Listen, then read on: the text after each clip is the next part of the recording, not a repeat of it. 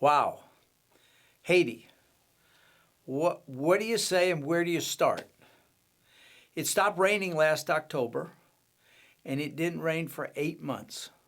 Everything dries up. There's nothing for the animals to eat. There's no crops for anybody. There's no water in the rivers.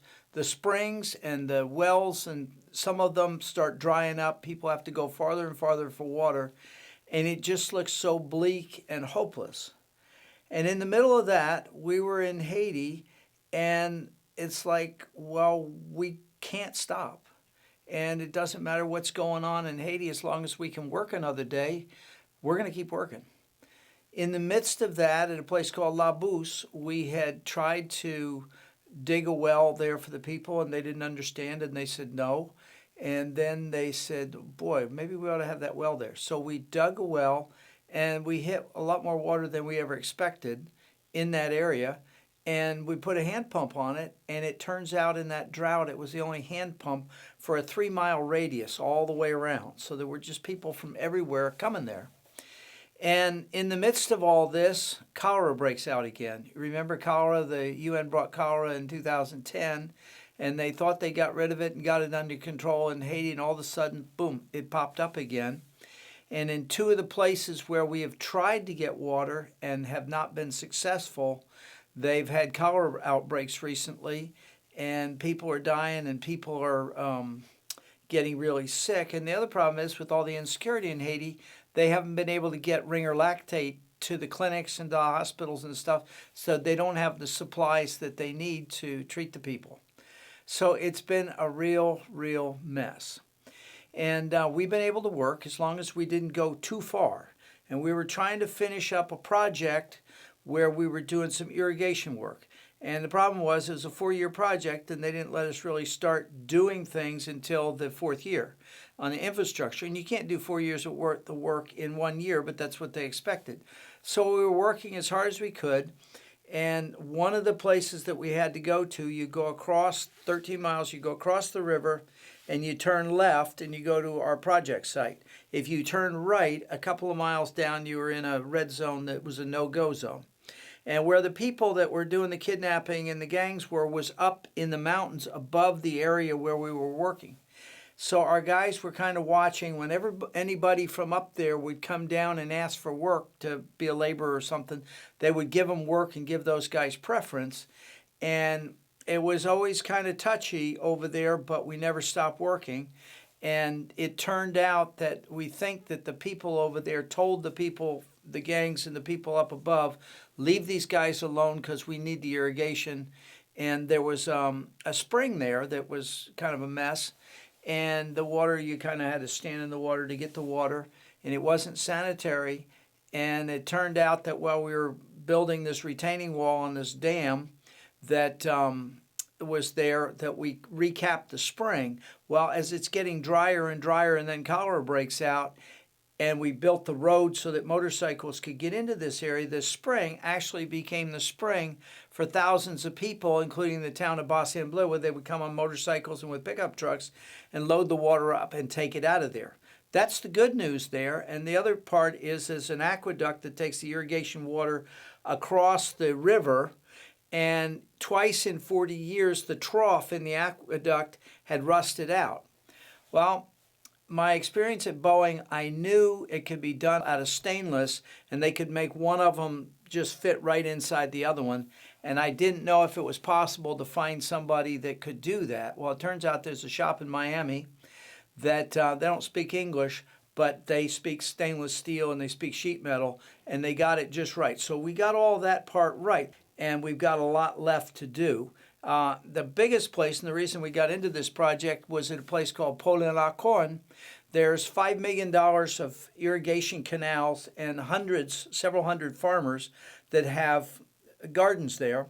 And then there's a river here, and the problem is they can't get the water 30 feet from the river into the canal.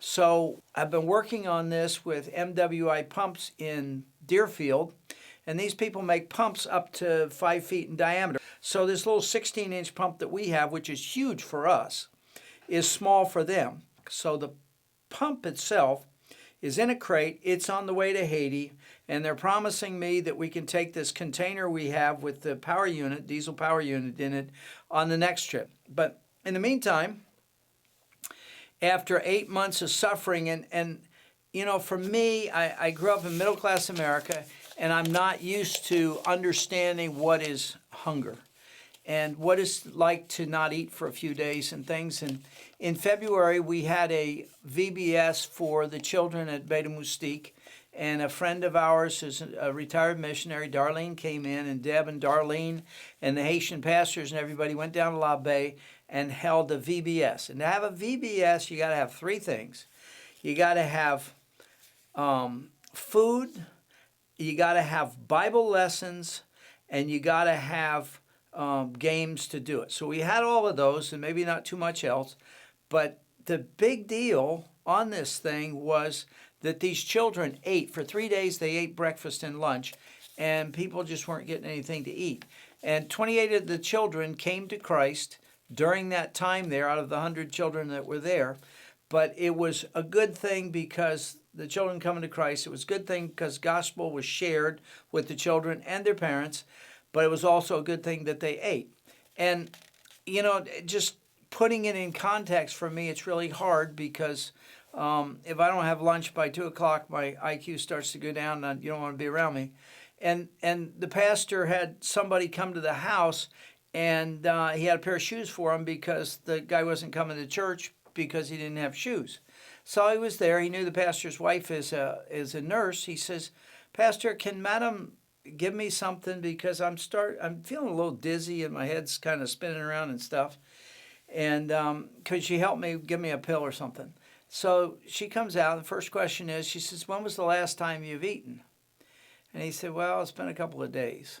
So she gave him some juice and some crackers and stuff, and all of a sudden he perked up and his head's not spinning around.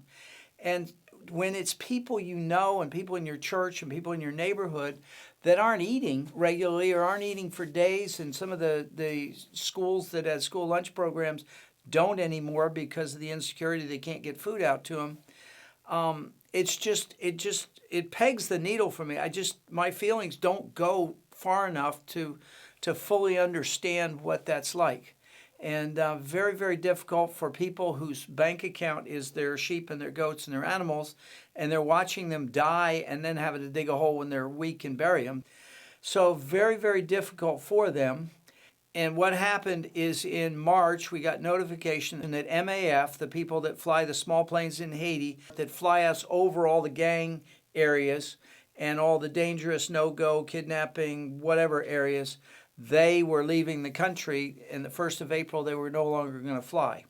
Deb was scheduled to fly out the 23rd of March, so she flew out, and I was going to fly out and then fly back in. Well, because it's so hard to get in and out, I stayed for an additional 7 weeks without Deb. But to get out, about the 1st of May, it started raining. And it didn't just start raining a little bit to end the drought, it really started raining. And so I'm going to church, and we're having communion, and it's the last time I'm going to go, and who knows when I'm going to get back. So I'm going there, and in our church, you can look behind the podium, and you can see up there, and I can see the clouds building.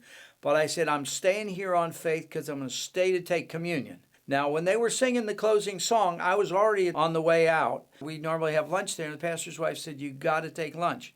And I'm like, "We don't have time." She says, "I'll bag it up real fast." They bagged it up real fast.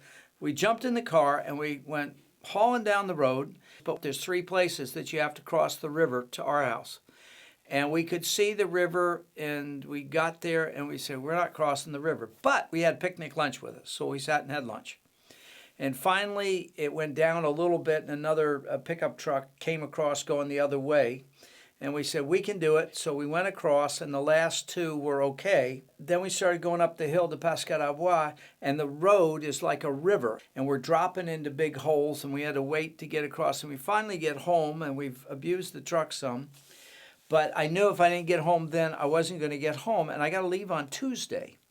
And I got to make that flight on Tuesday because there's another complicating factor, and that is that President Biden has a program where if a Haitian can find a sponsor in the United States, they can come to the United States, and we, the taxpayers, will give them Medicare for for or Medicaid for 6 months and a stipend for 6 months, and they can stay here. Well, given the situation in Haiti and the insecurity and the lack of opportunity and stuff, everybody's coming. Everybody's applying, and it's decimating schools and businesses and NGOs because all of the educated people that work on these things are going. But what it means for me is that I have a reservation on Tuesday, May the 9th to fly out of Haiti. And if I don't take that reservation, the next opening on either American or JetBlue is going to be 3 weeks down the road. So I really need to get there. And MAF's not flying. Unfortunately, we have a friend and he has a plane and he can fly from where he lives over the airstrip that we need to Port-au-Prince. So he stopped and picked me up and took me down there. So since then, they've had rain, they've had flooding, and people that could find seed planted crops, some of that's washed out. And it's good that they're getting the rain. Unfortunately, it's too much rain, but it was a good time for me to leave because if I was there, I would be limited in what I could do to start with. The things that we've been working on mostly because of the situation has been irrigation and drinking water. We had on hold church construction projects and 2 schools. We've gotten back to them, and they built the walls and they put the columns up, but the columns on this side don't correspond with the columns on this side, and the mortar between the blocks, you could take your fingernail and take it out. So we've had to build new columns, and we're going to have to build trusses. And my dad designed the trusses. And for 3 years, these people from a church in Pennsylvania have been trying to come to Haiti to weld the trusses. And they just couldn't come there because of COVID and then because of the insecurity in Haiti. Nobody should be coming to Haiti right now. So they decided, they're farmers in Pennsylvania, they decided to weld the trusses there and put them in a container. They said, could that be done? Well, theoretically, it could be done. We've never done it before. And with the roads and the insecurity and stuff, we said, well, there's no other way to do it, so let's go ahead and do it. And when people pray, especially people like there's some people at this church in Morning Cretin that they're very old, and they said, we just need to see this church built before we die. And these people are just praying and praying and praying. And so the container comes into Cape Haitian. We didn't even go over there. A broker took it, got it through customs. Then they put it on a truck. And it says in Hebrews, faith is the assurance of things hoped for. Well, I admit to not having faith in this thing because there's no assurance of anything in Haiti right now. But this truck got all the way through with these beautiful trusses. And yesterday, Sunday afternoon, they got to the church with the truck, with the trusses in the back. They had to take them out of the container and put them on the ground so they could get the chassis out from under and send the chassis back. I don't know yet how they got them out of there, but I heard that they got them out of there and the truck was able to leave. And praise God. And that verse about, the Lord fights for you while you sleep. We didn't do anything. We were trying. We have some of the steel in Haiti. We were trying to do these things, and God found a way, and there's the trusses. Now, we still need to get them up in the air and in place, but they're there. In the midst of all this craziness in Haiti, we have trusses in Haiti. And we've just had to say, okay, can we work today? If we can work today, we're going to keep on doing God's work with helping the churches with their program to build or to get water or to help the people. At Morning Cretin, the same place with the church. When we got there, we were building the church, and we couldn't get water to make the concrete. So we started helping them with fixing their water system, and now they've got 12 or 13 water fountains, and the water's running again, and people have safe drinking water just before the cholera outbreak. So we're in Haiti. We're working. The guys are, today is Monday, the guys are there working in about 5 different locations. Deb and I are here working on getting things ready to go back. Yesterday we made a crate and it'll go on the next ship, and preparing to go back so that we can go back together, and Deb can help me get set up and get food in the freezer, and then she'll come out, be with my dad, and then I'll stay the rest of the summer and we'll keep working on the water system. The thing about it is everybody says, why are you in Haiti? Why don't you just take the rest of the year off so things can get better? Well, we'd like to do that, but there's so much suffering and there's so much going on, and we have momentum. We have the equipment, we have the skilled people, we know what to do, we're doing it. It doesn't seem like it's the time to stop, because in the worst part, or one of the worst parts of the poorest country in our hemisphere, and one of the poorest countries in the world, we're actually able to help people with their drinking water and their food needs. And anybody who's been to the grocery store lately knows what that's like. But there's a real war going on for the country. And like I said, if we can get to where we live, we can work and it's relatively calm there. But it's getting in and getting to where we are in Haiti to be able to do that and to work. So we appreciate your being with us. We appreciate your support and prayers and helping us and praying and the finances to continue to help the people in the churches and give people some encouragement in the name of Jesus Christ.